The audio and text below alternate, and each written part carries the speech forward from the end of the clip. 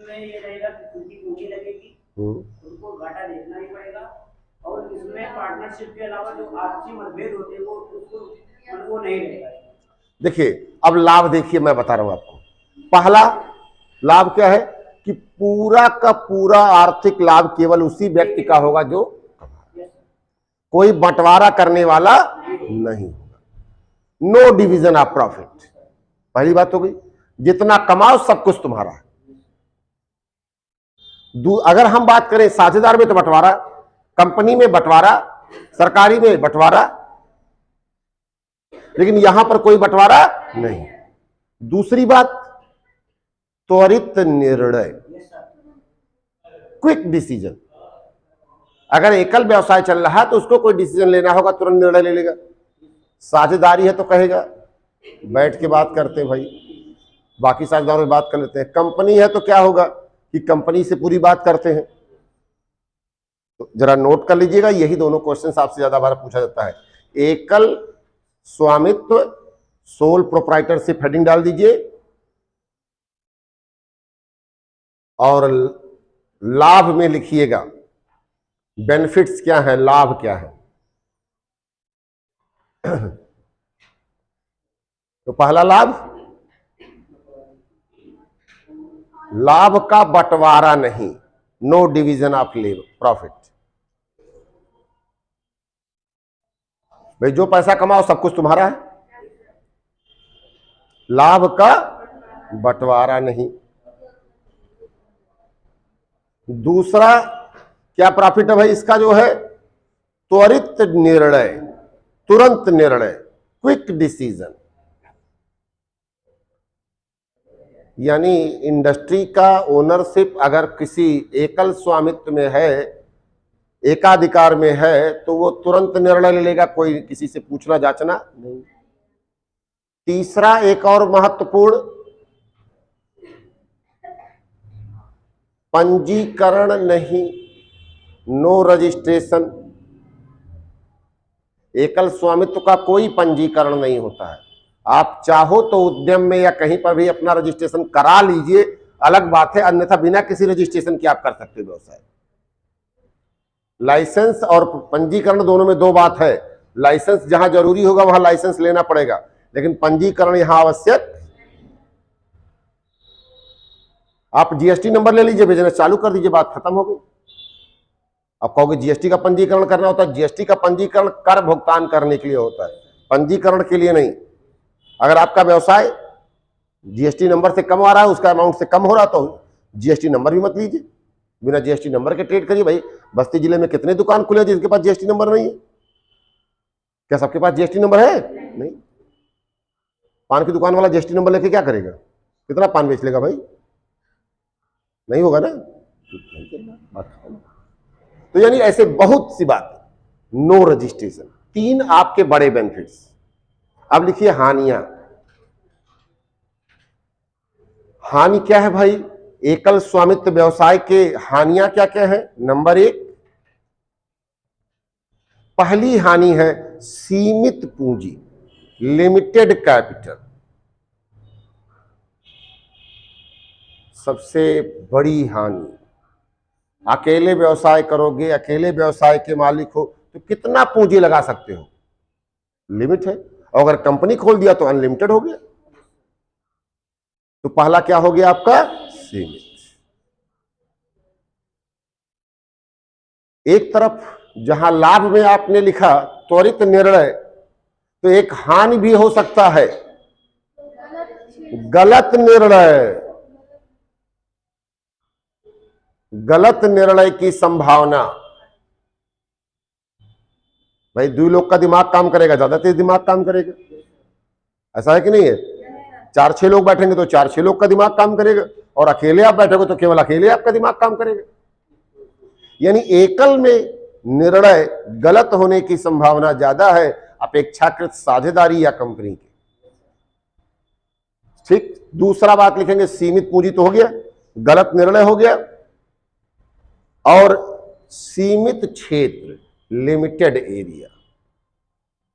Working area भी आपका limited होगा, जितना आप चाहोगे, जितना आप कर रहे हो उतने में तक का होगा। तो ये हो गया आपका एकल स्वामित्व की बात।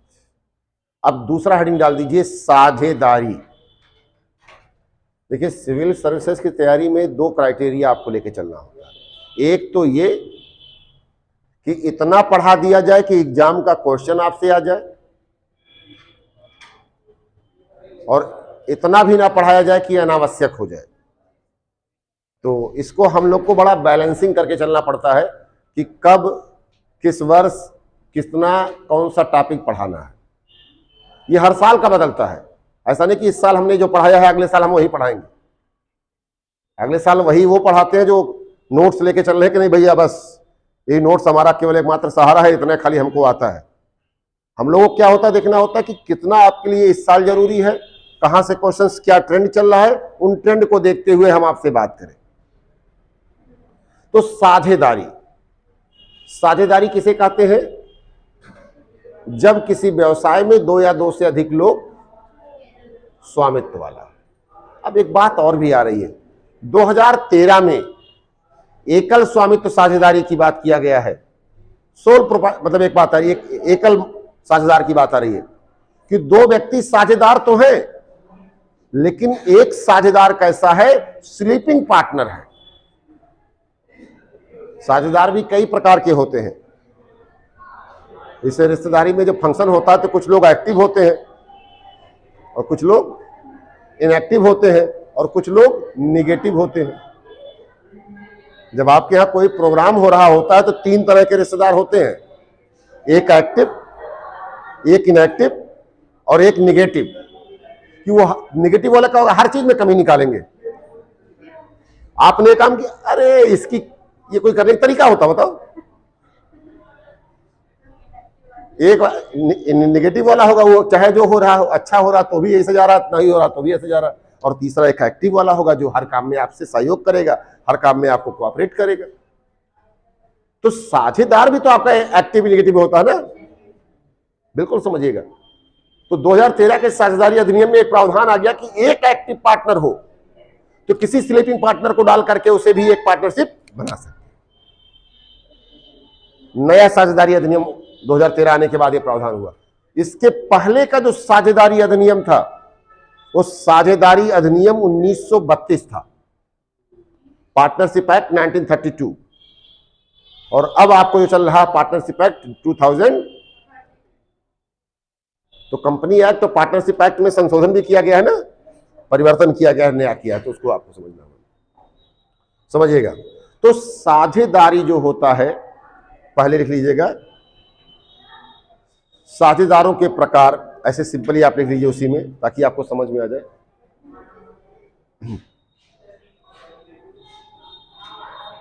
सक्रिय साझेदार, एक्टिव पार्टनर।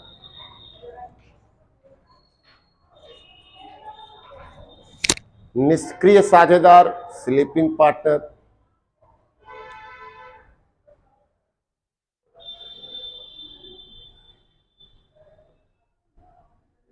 ये दोनों बातें समझ में आ गई। तीसरा होता है माइनर पार्टनर। माइनर मतलब अवयस्क साझेदार, अवयस्क।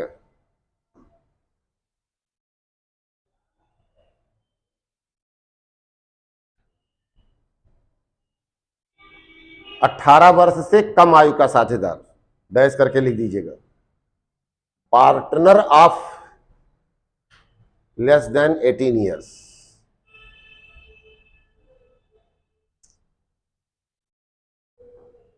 फिर आप लिखिएगा नॉमिनल पार्टनर, नाम मात्र का साझेदार।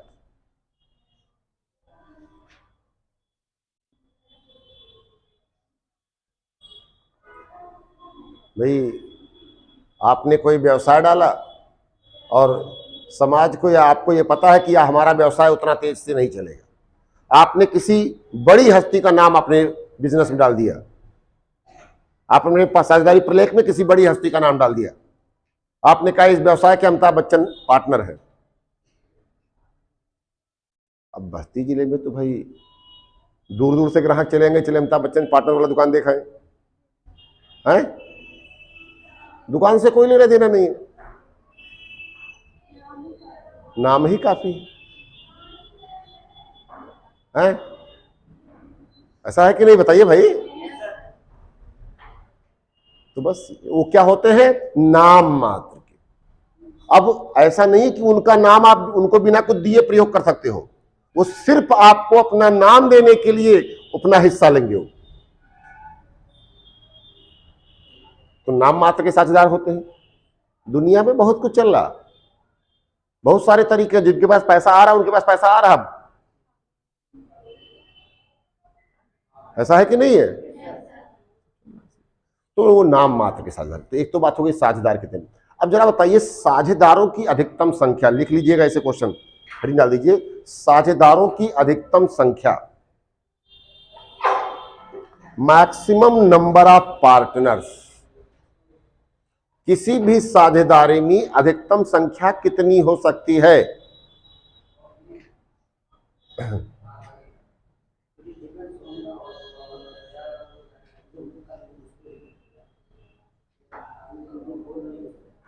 कंपनी अलग है, साझेदारी अलग है। हम कंपनी की बात नहीं कर रहे हैं, साझेदारी की बात कर रहे हैं।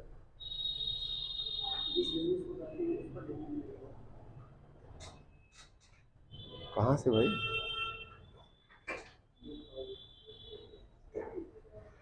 साझेदारी की अधिकतम संख्या लिखिएगा, बैंकिंग व्यवसाय के लिए, फॉर बैंकिंग बिजनेस, बैंकिंग व्यवसाय के लिए कितनी होगी? अधिकतम 10 सदस्य। बैंकिंग व्यवसाय के लिए अधिकतम 10 सदस्य।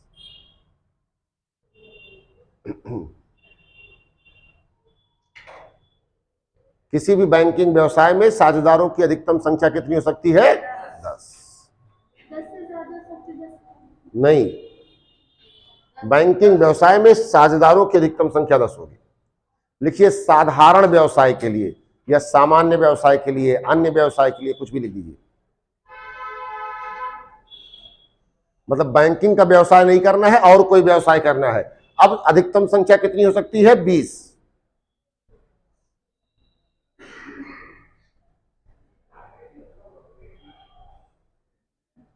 बैंकिंग व्यवसाय के अलावा दूसरे नंबर पर जब बात करोगे, अन्य व्यवसाय की आप बात करोगे, तो अधिकतम संख्या कितनी हो सकती है? 20।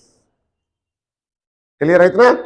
चलिए, तो ये हो गई साझेदारी की बात। अब साझेदारी के लाभ क्या क्या है, जरा लिख लीजिएगा। साझेदारी के लाभ, बेनिफिट्स ऑफ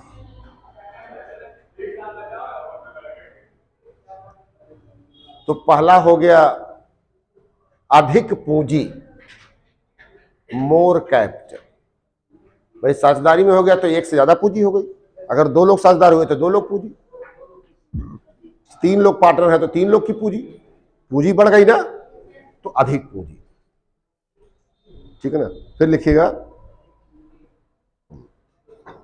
एक तो अधिक पूंजी हो गई, दूसरा लिख सकते हो जो है योग्य व्यक्ति, क्वालिफाइड पर्सन। भाई साझेदार, योग्य व्यक्ति साझेदार बन सकता है। आपके पास पैसा है, किसी के पास एक्सपीरियंस है, नॉलेज है, दोनों लोग मिलकर के व्यवसाय कर लिया आप लोगों ने, ये भी होता है भाई। कोई कैपिटल से पार्टनर बनता है, कोई नॉलेज और एक्सपीरियंस से पार्टनर बनता है। पार्टनर भी कई प्रकार के होते हैं, उसमें योग्य व्यक्ति हो गया। प्रभावी निर्णय, हम एक कह सकते हैं कि जहां पार्टनरशिप है, जहां एक से अधिक लोग पार्टनर हैं, वो सभी लोग मिल करके एक अच्छा और प्रभावी निर्णय ले सकते हैं। इंडिविजुअल्स की अपेक्षा वहां ज्यादा अच्छा निर्णय ले सकते हैं। ठीक है ना? वैकल्पिक पंजीकरण, पार्टनरशिप का रजिस्ट्रेशन कंपलसरी नहीं है, वैकल्पिक है। आप चाहो तो रजिस्ट्रेशन करा लो और चाहो तो बिना कराए करो, दोनों ऑप्शन आपके पास है। साझेदारी का पंजीकरण अनिवार्य नहीं है, वैकल्पिक है। यह भी क्वेश्चन आईएएस में बहुत पहले आ चुका है, पीसीएस में भी इस तरह से क्वेश्चन आया है बिल्कुल सीधे से बात याद रखिएगा, कंपल्सरी नहीं है, आवश्यक कहा जा सकता है। चाहो तो आप लिख सकते ब्रैकेट में कि आवश्यक है, नेसेसरी मतलब आवश्यक कह सकते हो, नेसेसरी नहीं, जरूरी कह सकते हो। थोड़ा शब्दों का हेर फेर करने में मतलब बदल जाता है, इसीलिए यहां पर आपको इसको समझना ज्यादा जरूरी होता है। फिर लिखिए, आवश्यक है कि भाई कई सारी व्यवस्थाएं, छूट और लाभ आपको मिलता है उससे। भाई आयुष्मान कार्ड बनवाना आवश्यक है कि अनावश्यक? क्यों आवश्यक है भाई? क्योंकि आप इलाज कराने की जरूरत पड़ेगी तो आपको उसका लाभ मिलेगा। तो बस यही सब है साझेदारी का भी, कि अगर आपने अगर साझेदारी किया तो साझेदारी का छूट आपको मिलेगा, नहीं किया तो छूट नहीं मिलेगा। फिर अगला लिखिए लाइन, हानियां लिख दीजिए।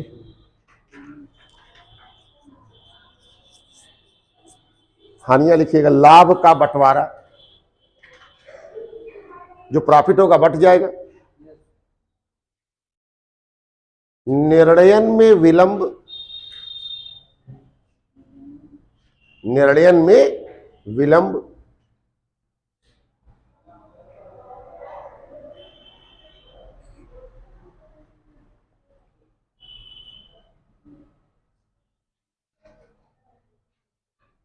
विवाद डिस्प्यूट्स,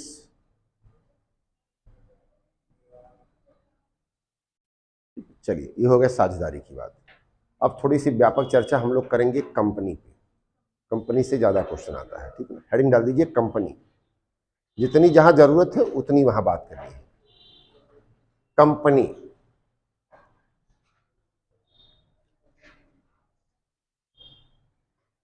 कंपनी जैसा इसके नाम से मतलब है कंपनी,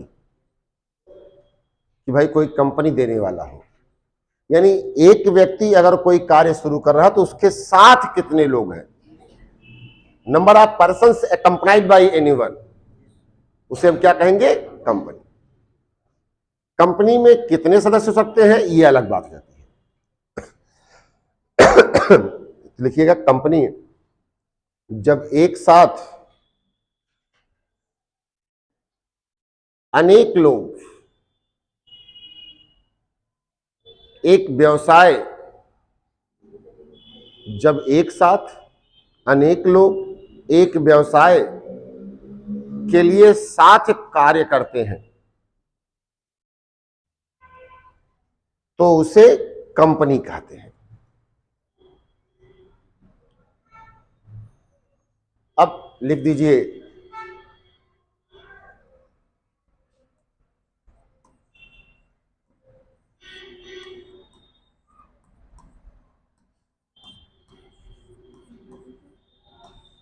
टाइप्स ऑफ कंपनीज।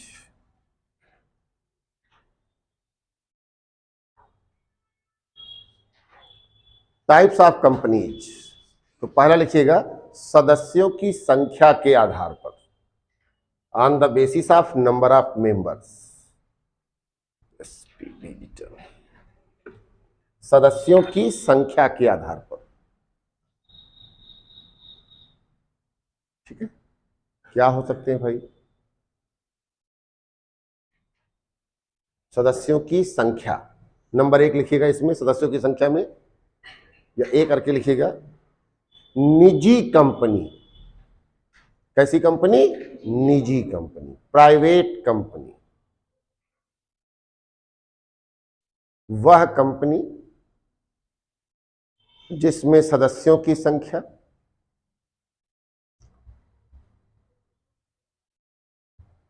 50 से अधिक ना हो।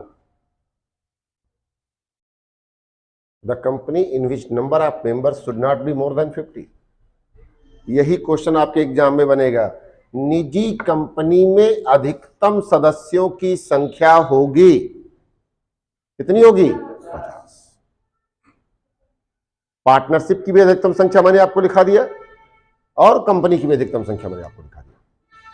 तो प्राइवेट कंपनी में अधिकतम सदस्यों की संख्या कितनी होगी, 50। एकमात्र सीधा सा क्वेश्चन, ठीक है ना।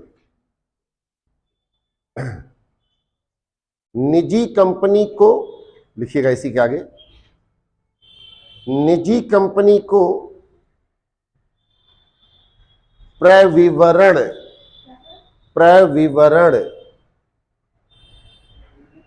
ब्रैकेट में लिख दीजिए प्रॉस्पेक्टस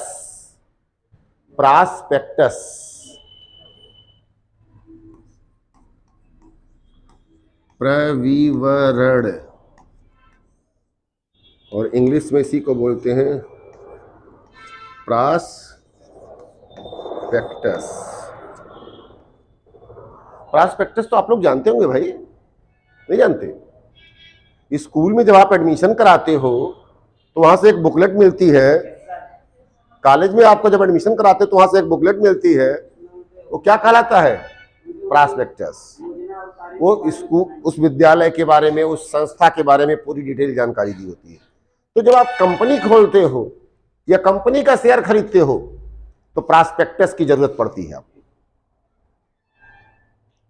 ऐसा नहीं कि किसी कंपनी में आपको शेयर खरीदना तो आप बिना प्रॉस्पेक्टस से खरीद लोगे, प्रॉस्पेक्टस की जरूरत पड़ेगी। तो यहां क्या लिखा आपने? प्रविवरण ब्रैकेट में प्रॉस्पेक्टस की आवश्यकता नहीं।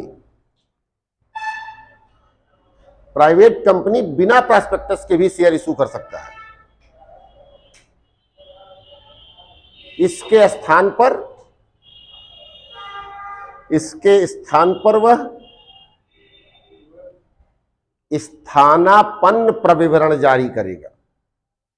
स्थानापन्न प्रविवरण,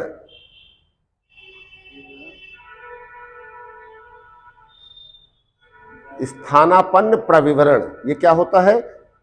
मतलब ये बनना कि इस प्रविवरण के स्थान पर एक डॉक्यूमेंट,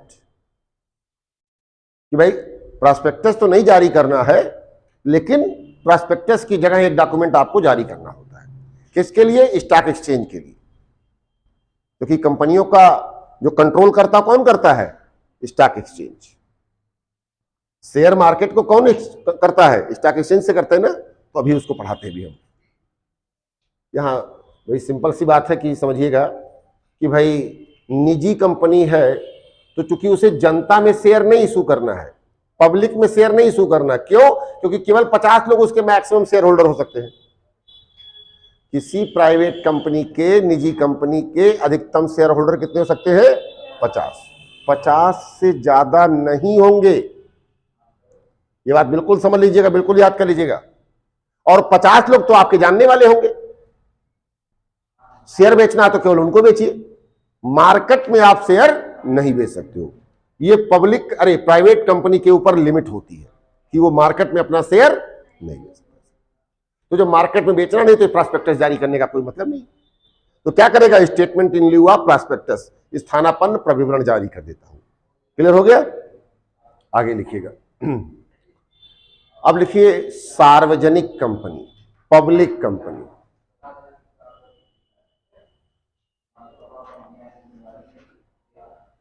सार्वजनिक कंपनी, पब्लिक कंपनी, वह कंपनी जिसके सदस्यों की संख्या कम से कम 7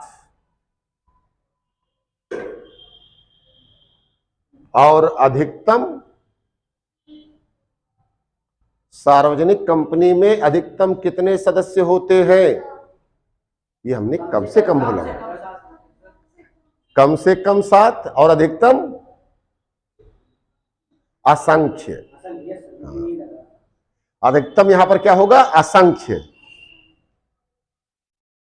the number of members in the public company should not be less than 7 and maximum will be unlimited. असंख्य हो सकते हैं, जितने लोगों को चाहो उतने लोग को बेचो। ठीक है ना? ऐसे कंपनी को क्या कहते हो आप? सार्वजनिक कंपनी। ज्यादातर जो कंपनियों की बात आप सुनते समझते हैं वो सार्वजनिक कंपनियां होती हैं, लेकिन छोटे स्तर पर जो कंपनी खुलती है उसे हम क्या कहते हैं? निजी कंपनी। जैसे रिलायंस, रेमंड, ऐसी कंपनी आपने सुना थी। कौन सी कंपनी हो सकती है? सार्वजनिक की निजी? सार्वजनिक। करोड़ों मेंबर्स होंगे इनके, अरबों की कैपिटल है इनकी। अब निजी कौन सी हो सकती है? जैसे हमने कहा तुलसियान वस्त्रालय प्राइवेट लिमिटेड, लिखा जाता है ना, उसकी दुकान पे लिखा हुआ ना, तो प्राइवेट लिमिटेड लिखा नहीं लिखा है, तो प्राइवेट मतलब क्या हुआ? निजी। ऐसे आप समझिएगा, निजी कंपनी के आगे लिमिटेड शब्द लगाना जरूरी है। वो कंपनी का नाम पढ़ करके आप पढ़ लेंगे, या तो प्राइवेट लिमिटेड पूरा लगा हुआ है कि ये केवल लिमिटेड लिखा होगा। लिमिटेड लगा है मतलब वो लिमिटेड है, सदस्यों की संख्या 50 से अधिक, जबकि पब्लिक लिमिटेड के आगे लिमिटेड शब्द लगाना जरूरी नहीं है। वो चाहे तो लगाए और चाहे तो ना लगाए। अब बात समझ में आ गई, प्राइवेट कंपनी और सार्वजनिक कंपनी। अब लिखिएगा स्वामित्व के आधार पर, on the basis of ownership. स्वामित्व के आधार पर, on the basis of ownership. स्वामित्व के आधार पर जब हम बात करेंगे, सबसे पहले लिखिएगा होल्डिंग कंपनी। हाँ, होल्डिंग कंपनी, इसे हिंदी में कहते हैं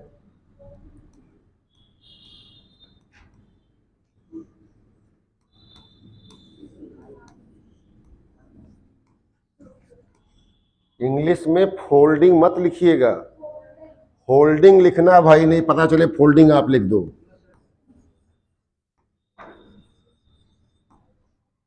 होल्डिंग कंपनी समझिएगा, होल्डिंग अभी आप नहीं सुने होंगे। सूत्रधारी कंपनी, वह कंपनी, हाँ बिल्कुल, बिना लिखे कहां याद रहेगा तुमको, आज पढ़ के निकलोगे फिर तुम बाहर भूल जाओगे।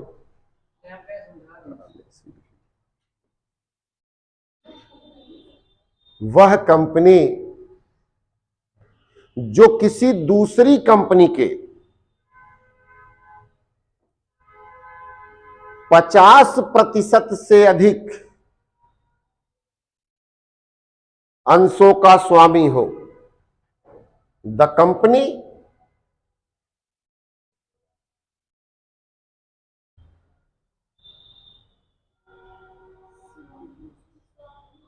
वह कंपनी जो किसी दूसरी कंपनी के 50% से अधिक अंशों का स्वामी हो, सूत्रधारी कंपनी कहलाता है। बात समझा गई? एक कंपनी है, मान लीजिए हमने कहा ए लिमिटेड, ठीक, और दूसरी कंपनी है बी लिमिटेड, ठीक। अब बी लिमिटेड के टोटल शेयर है मान लीजिए 20,000 के, 20,000 करोड़ के। अब इसमें से 11,000 करोड़ के शेयर ए लिमिटेड के पास है, तो यानी ए लिमिटेड क्या हो गया? सूत्रधारी कंपनी। समझ में आ गया? बात समझ आ रही ना?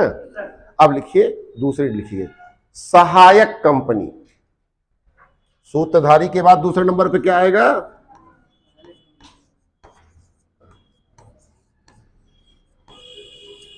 सहायक कंपनी। इसे इंग्लिश में कहते हैं सब्सिडियरी कंपनी। सब्सिडियरी,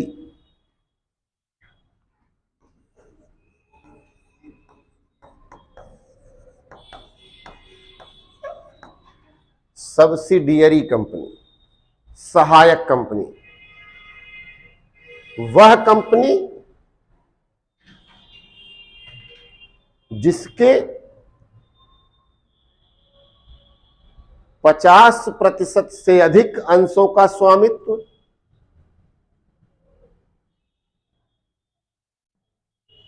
दूसरी कंपनी के पास हो।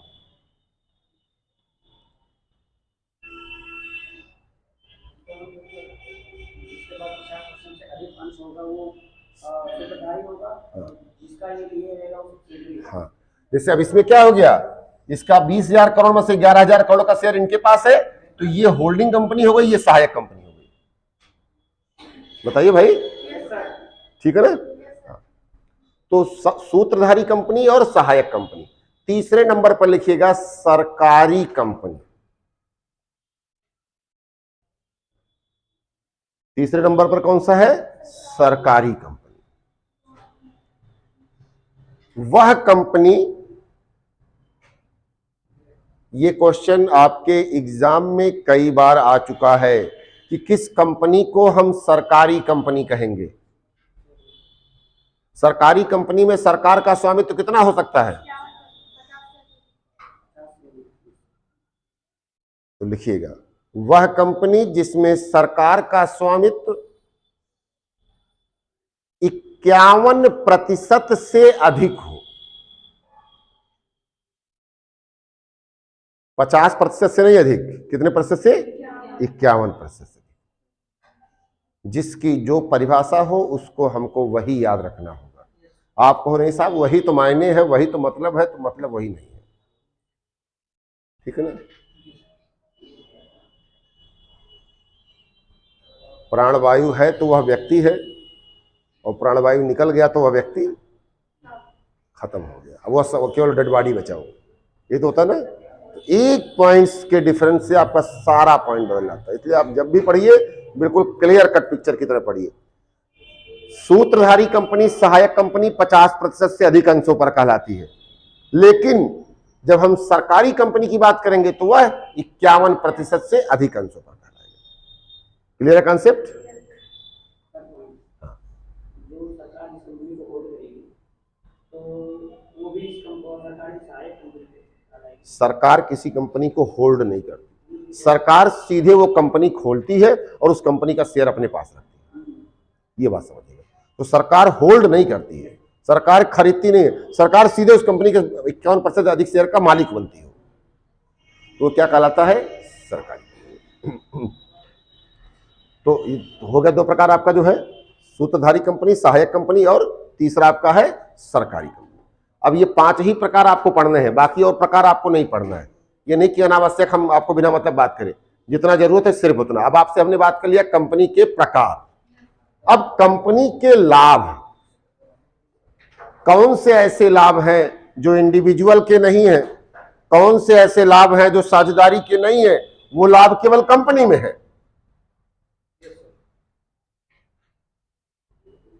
तो पहला लिखिएगा, व्यापक पूंजी।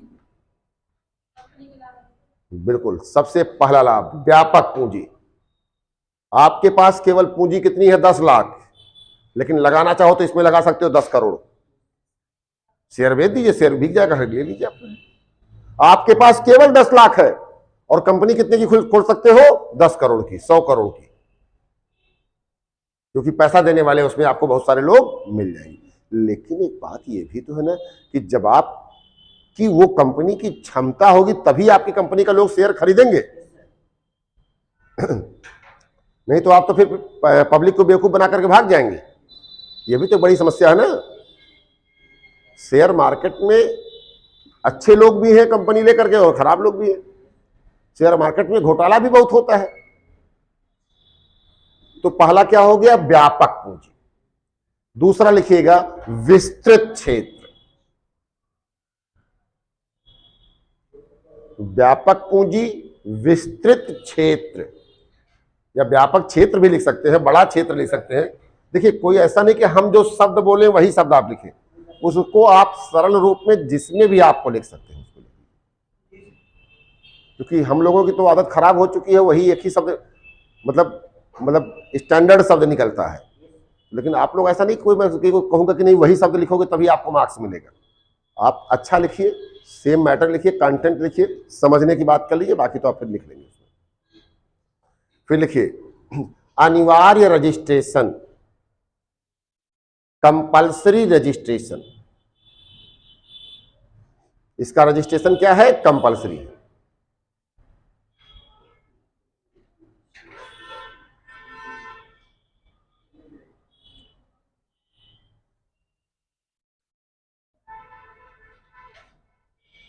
निगम कर, कंपनी को कौन सा कर देना होता है?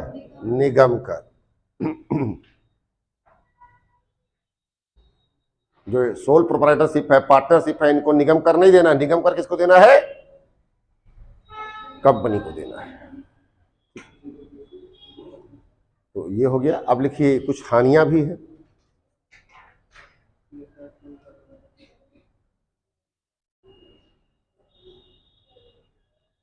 क्या हानि कह सकते हैं भाई? अगर कंपनी खोल रहे हो तो क्या हानि हो सकती है? लॉस भी हो सकता लॉस भी हो सकता है, हानि की संभावना जितना जो पैसे ट्रस्ट में पैसा लगा है वो सब डूब जाए। बिल्कुल डूब है, सकता है। लाखों रुपए। दूसरा आप लिख सकते हो कि भाई पंजीकरण में अधिक व्यय। देखिए पंजीकरण में अधिक व्यय। अब पता चला कि 1 लाख रुपए के व्यवसाय के लिए आपको बिजनेस शुरू करना है और 50,000 रुपया खर्च हो गया खाली रजिस्ट्रेशन कराने में, तो आधा तो पूंजी डूब गई।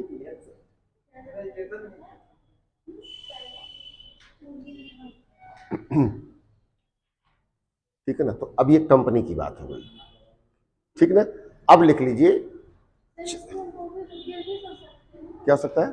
कंपनी ये भी कर सकती है। कंपनी हाँ, क्या हो सकती है? जैसे जब पूंजी लॉस हो जाएगा तो कंपनी आगे भी कर सकती है। कंपनी का समापन, हाँ, कैसे? कंपनी का समापन होता है, वाइन उसको लिख सकते हो, लेकिन अभी वो यहाँ पे नहीं बता रहे।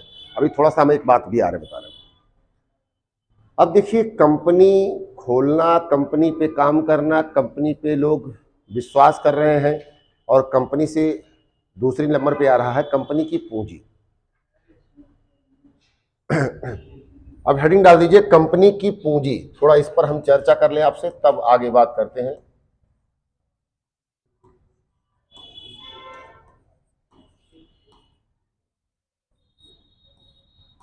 कंपनी की पूंजी, capital of the company. Company की जो पूंजी होती है उसको हम दो भागों में बांटते हैं।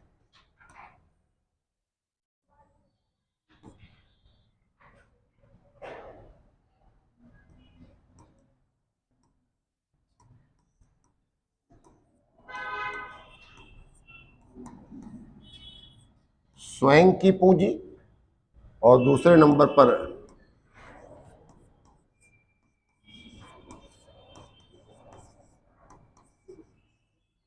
उधार की पूंजी। इसे हम कहते हैं ओन्ड कैपिटल, और इसे हम कहते हैं लोन्ड कैपिटल।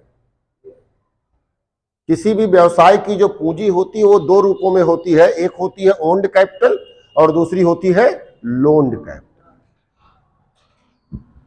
कंपनी जो लोन लेती है, या तो वह सरकार से लोन लेगी। किससे लोन लोगी? सरकारी ऋण। ठीक, पहली बात कह सकती है वो सरकारी ऋण ले सकती है, और दूसरी क्या ले सकती है? जनता से ऋण।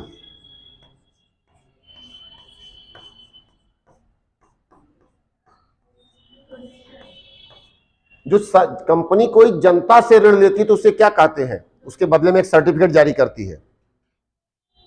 कंपनी जब सरकार की जगह जनता से ऋण लेती है तो जनता को एक ऋण पत्र जारी करती है। हिंदी में तो उसे ऋण पत्र ही बोलते हैं, लेकिन ये पूछा नहीं जाता है, क्या बोलते हैं इसे? डिबेंचर बोलते हैं। क्या बोलते हैं?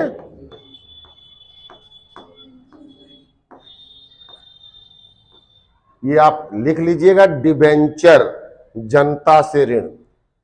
इसको एक लाइन में जरा नोट भी कर लीजिएगा, क्वेश्चन यही आ सकता है आपके एग्जाम में। जब कोई कंपनी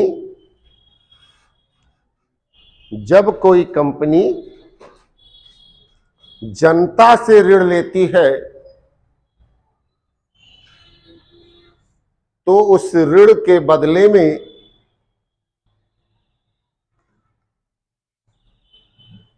उसे ऋण पत्र जारी करती है,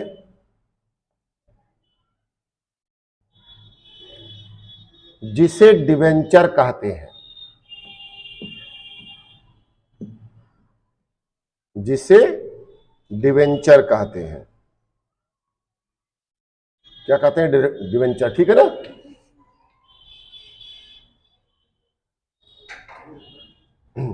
तो ये हो गया आपकी लोन कैपिटल की बात। या तो सरकार से ऋण लीजिए और या तो जनता से ऋण लीजिए। अब स्वयं की पूंजी आ जाइए। स्वयं की पूंजी को क्या कहते हो?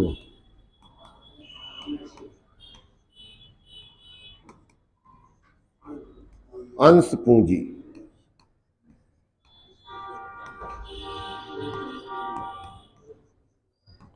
शेयर कैपिटल, अंश पूंजी,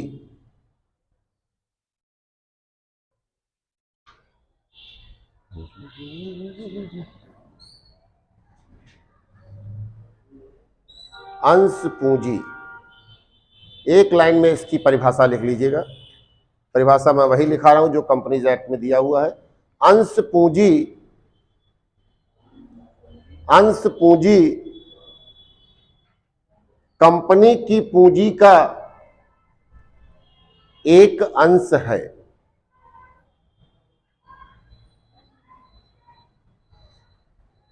अंश पूंजी कंपनी की पूंजी का एक अंश है। अब ये मतलब क्या बना भाई?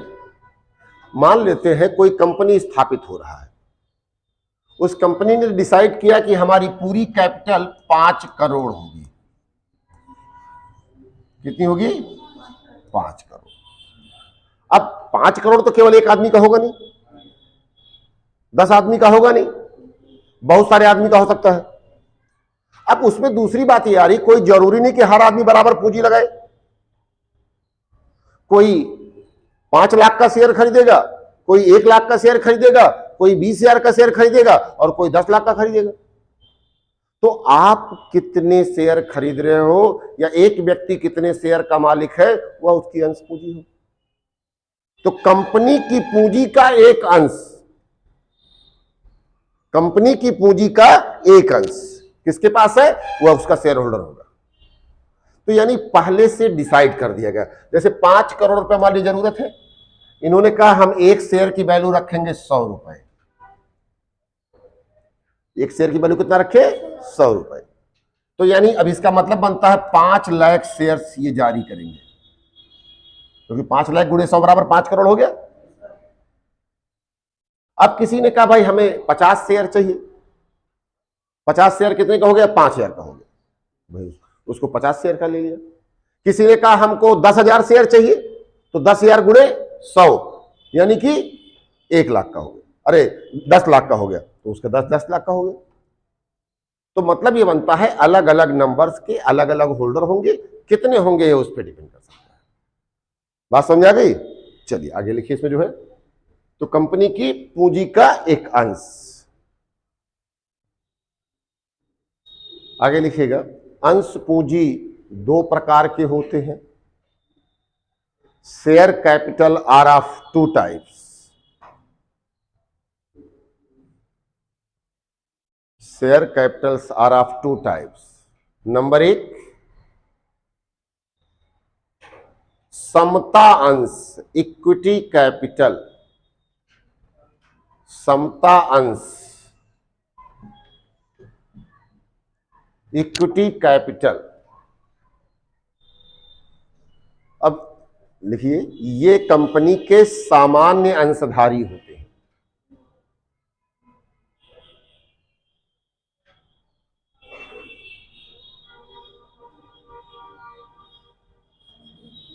ये कंपनी के सामान्य अंशधारी होते हैं जो कंपनी की आम सभा में भाग लेते हैं।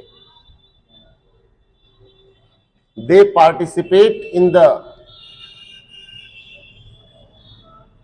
Ordinary meeting of the company. तो जो समता अंशधारी होते हैं वो सामान्य अंशधारी होते हैं और इनके पास राइट क्या होता है? आम सभा में भाग लेना। दूसरा लिखिएगा, पूर्वाधिकार अंशधारी।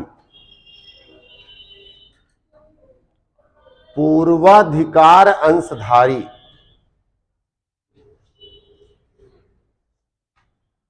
इंग्लिश में इसी को कहते हैं प्रेफरेंस शेयर होल्डर।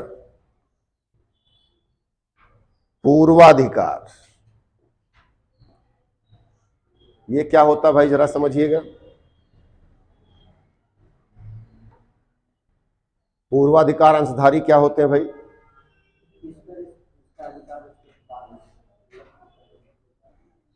लिखिएगा, वे अंशधारी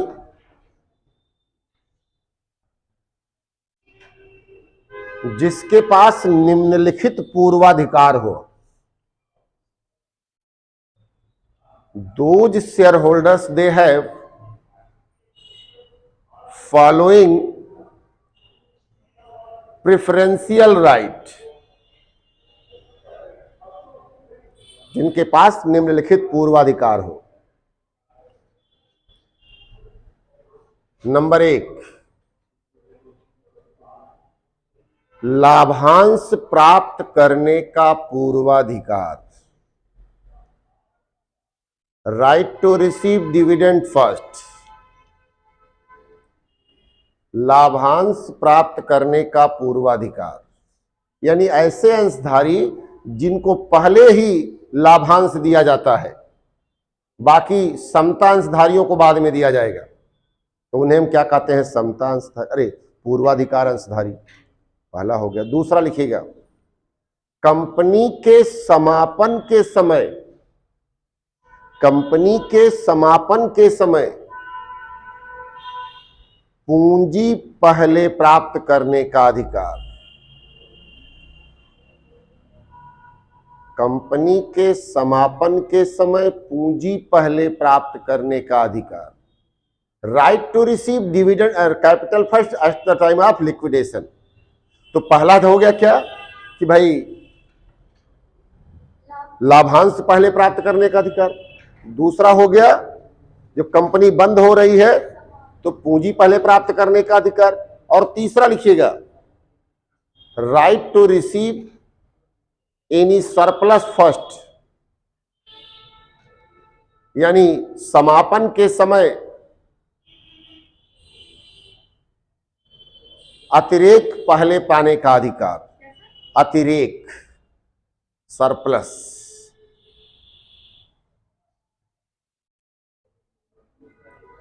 अतिरेक पहले पाने का अधिकार। 3 अधिकार इसके पास होता है।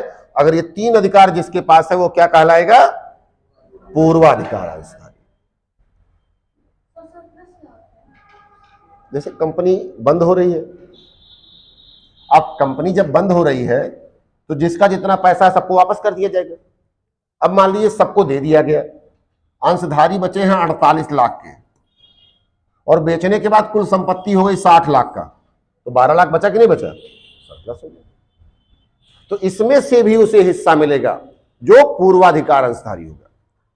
लेकिन अब बात यही आती है कि अगर सरप्लस ही होता, कंपनी प्रॉफिट में ही होती, तो बंद काहे होती? बंद हो रही इसका मतलब बनता है कि सरप्लस नहीं है, यही तो बात है ना।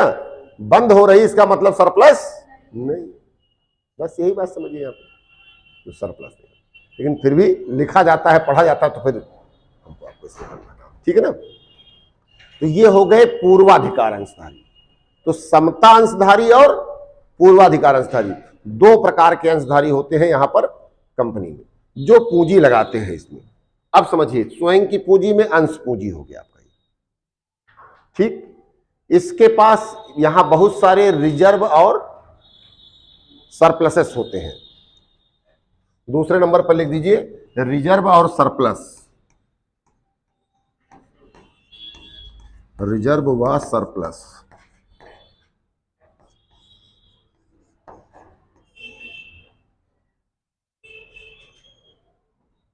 आरक्षित एवं अतिरेक।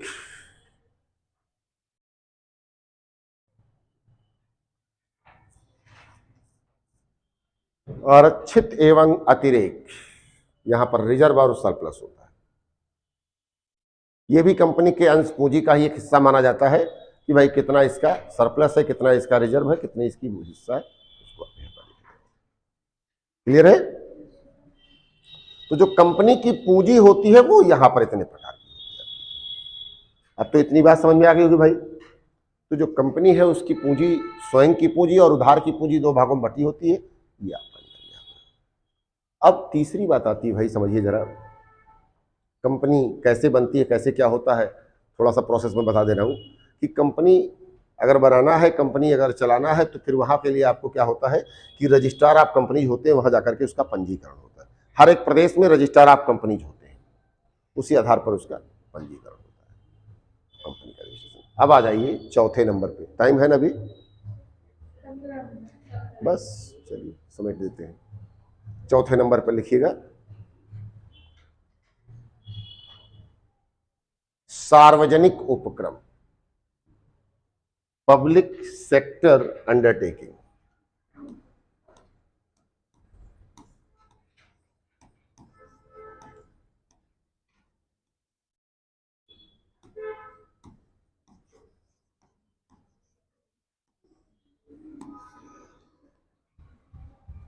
सार्वजनिक उपक्रम, PSUs, पब्लिक सेक्टर अंडरटेकिंग।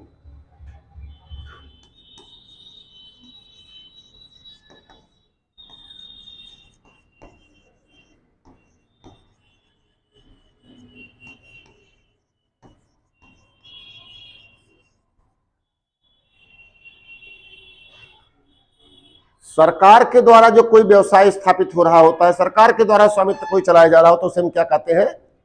सार्वजनिक। सार्वजनिक उपक्रम का जो पहला स्वरूप है वो है सरकारी कंपनी।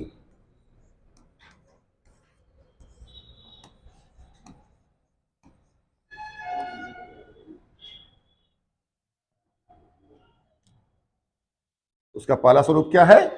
सरकारी कंपनी। इसका दूसरा स्वरूप होता है निगम,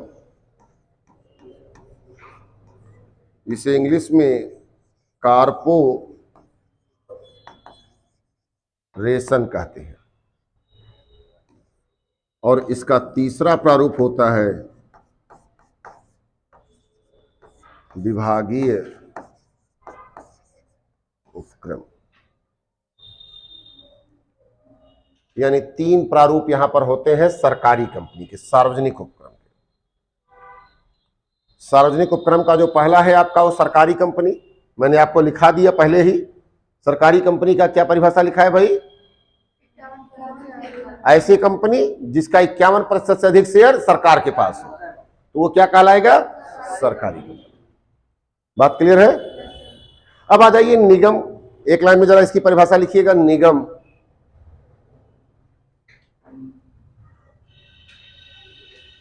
पहली बात तो याद रखना, निगम के पास कोई गम नहीं है, ये निगम है। नहीं, कुछ लोग सोचते हैं यहां गम से ही निगम बना होगा, तो यहां कोई गम नहीं है।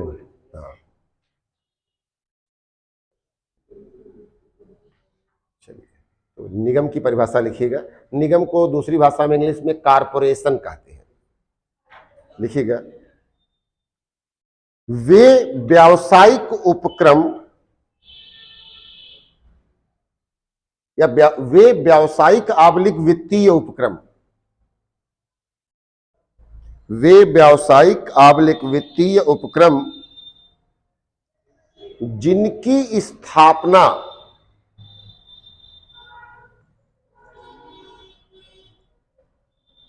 विधानमंडल के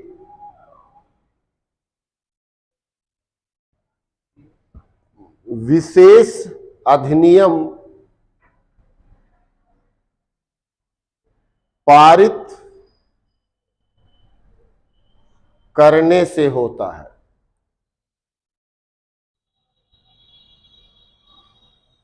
मतलब क्या हुआ? ऐसे कंपनी, ऐसे व्यवसाय, ऐसे उपक्रम जो सरकार व्यवसाय करना चाहती है, परंतु उस व्यवसाय को करने के लिए उसे संसद की अनुमति लेनी हो, विधानमंडल यानी राज्यों को विधानसभा की अनुमति लेनी हो, उसे आप क्या कहोगे? निगम कहेंगे, कारपोरेशन कहेंगे। यहां पर संसद या विधानमंडल की अनुमति आवश्यक। बिना संसद के अनुमति के ऐसी कंपनी स्थापित नहीं। जब अब आप कहोगे संसद नहीं था तब क्या होता था, तो उसको हम कहते थे चार्टर कंपनी। चार्टर एक्ट पारित होता था।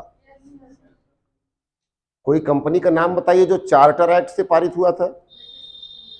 ईस्ट इंडिया कंपनी राजाज्ञा से पारित हुई कंपनी थी, वो चार्टर कंपनी थी। उसे रॉयल कंपनी कहते थे। कौन सी कंपनी? Royal company. अच्छा, ईस्ट इंडिया कंपनी की स्थापना कब हुई थी?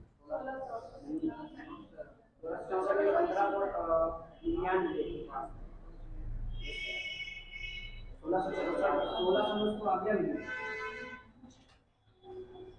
ईस्ट इंडिया कंपनी की स्थापना 1592, यस सर।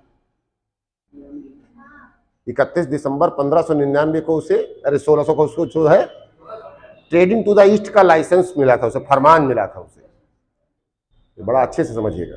आज ईस्ट इंडिया कंपनी का मालिक कौन है? ईस्ट इंडिया कंपनी अभी भी है।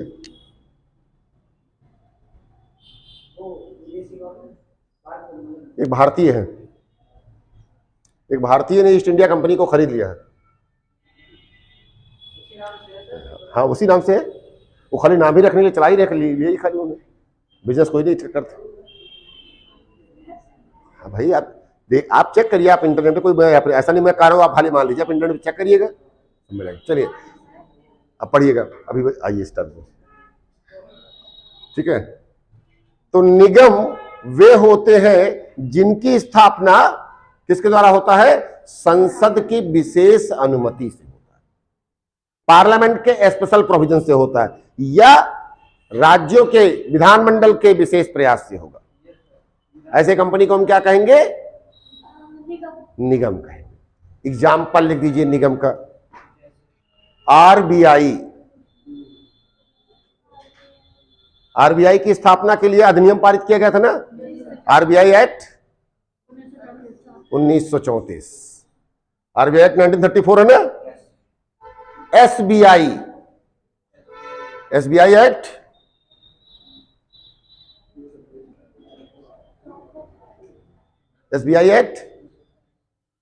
1955, एसबीआई एक्ट 1955। आईसीआईसीआई,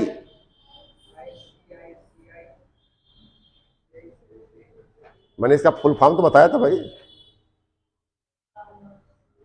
आईसीआईसीआई नहीं आता किसी को है? आईसीआईसीआई का फुल फॉर्म क्या बताया था? इन्वेस्टमेंट एंड क्रेडिट बताया था कुछ? बताइए भाई। Industrial credit and investment corporation of India, industrial credit and investment corporation of India. चलिए थोड़ा जल्दी करिए भाई, 2-3 मिनट में काम निपटा दे इसको, हम चैप्टर पूरा हो जाइए। तो आईसीआईसीआई भी क्या है? एक। तो जितने भी ऐसे व्यावसायिक उपक्रम एक्ट पारित करके खोले जाएंगे, स्थापित किए जाएंगे, उनको हम क्या कहेंगे? व्यावसायिक निगम या व्यावसायिक उपक्रम, दोनों बात कहेंगे। निगम भी कहेंगे, व्यावसायिक उपक्रम भी कह सकते हैं। बात समझ में आ गई? बताइए भाई। अब आखिरी लिखिए विभागीय उपक्रम, डिपार्टमेंटल अंडरटेकिंग्स। इसी में भाई चौथा है, सार्वजनिक उपक्रम का चौथा पॉइंट है, अरे तीसरा पॉइंट है विभागीय उपक्रम।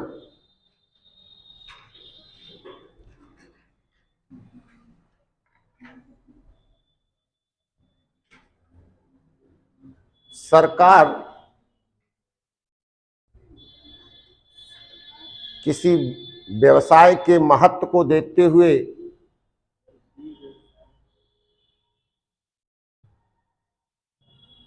जब उसके लिए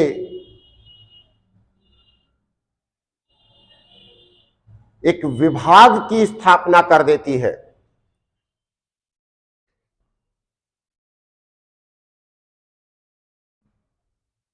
तो उसे विभागीय उपक्रम कहते हैं। यानी सरकार उसके लिए क्या कर रही है? विभाग की स्थापना कर दे रही है। जैसे रेलवे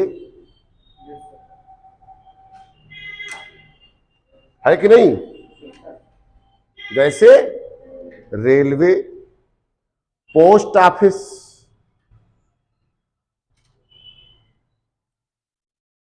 रेलवे हो गया, पोस्ट ऑफिस हो गया, दूर संचार, टेलीकम्युनिकेशन, ये सब डिपार्टमेंट है कि नहीं है?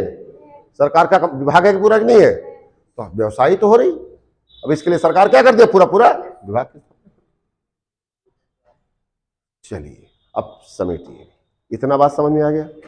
मैंने एक व्यवसाय पढ़ाने का प्रयास किया, आपको बताने का प्रयास किया कि भाई कहाँ पर कैसे क्या व्यवसाय स्थापित हो रहे हैं, कहाँ पर कैसे क्या इंडस्ट्री लग रही है, कहाँ पर कैसे क्या ट्रेड हो रहा है, कहाँ पर कैसे क्या वाणिज्य हो रहा है। इतनी बात आप लोगों को समझ में कहाँ तक आ गई, मतलब लगभग लगभग पूरा आ गया है? समझ में आ रहा कि नहीं आ रहा भाई? कोई डाउट, कोई कंफ्यूजन हो, कहीं पर कोई बात हो तो फिर से पूछ लीजिए, मुझे कोई दिक्कत नहीं, 2-4-5 मिनट और समझ लेंगे। फिर बताइए, कोई डाउट है? कोई डाउट और पूछना है इसमें? बताएं भाई। ठीक, तो अब हम लोग नेक्स्ट क्लास में इसके आगे बढ़ेंगे, ठीक है।